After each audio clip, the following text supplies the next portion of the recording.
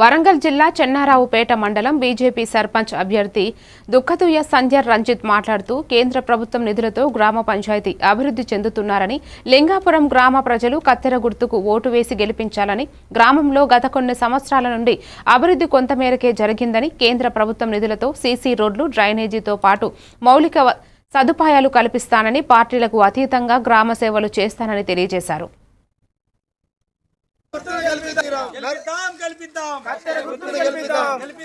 దుఃఖతుయ్య సంధ్య రంజిత్, లింగాపురం గ్రామం BJP party నుండి సర్పంచ్ అభ్యర్థిగా పోటీ చేస్తున్నాను.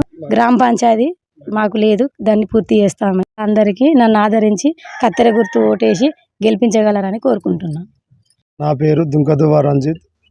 మా భార్య లింగాపురంలో బీజేపీ పార్టీ బలపరిచిన అభ్యర్థిగా డాక్టర్ గోగుల రాణప్రతాప్ రెడ్డి గారి సూచన మేరకు మా భార్య అయిన దుఃఖతుయ్య సంధ్య గారిని బీజేపీ యాత్ర తర్వాత స్నానం చేసుకోవడానికి కూడా నీటి వసతి లేదు. దయచేసి గ్రామ ప్రజలందరికీ పేరు పేరున ప్రతి ఒక్కరి కులానికి అతీతంగా నాతోటి ఉన్న అన్నదమ్ములకు, అక్క చెల్లెళ్లకు, నాకు తల్లిదండ్రులు లేరు, మీరే తల్లిదండ్రులు, నాకు అన్నదమ్ములు లేరు, మీరే అన్నదమ్ములు, దయచేసి పేరు పేరున అందరికీ నమస్కారాలు. ఆడ వాటర్ ప్లాంటు, అది వాటరు కుళాయిలు పెట్టించి ఇలాంటి ఇబ్బంది లేకుండా అక్కడ కూడా సెంటర్ లైట్ ఏర్పాటు చేసి, ఒక్కొక్కసారి ఎక్కడి నుంచి దూరంలో మన విలేజ్లో చనిపోతే వస్తే నైట్ అవుతుంది, అక్కడ వాటర్ కరెంటు కొరత ఉన్నది.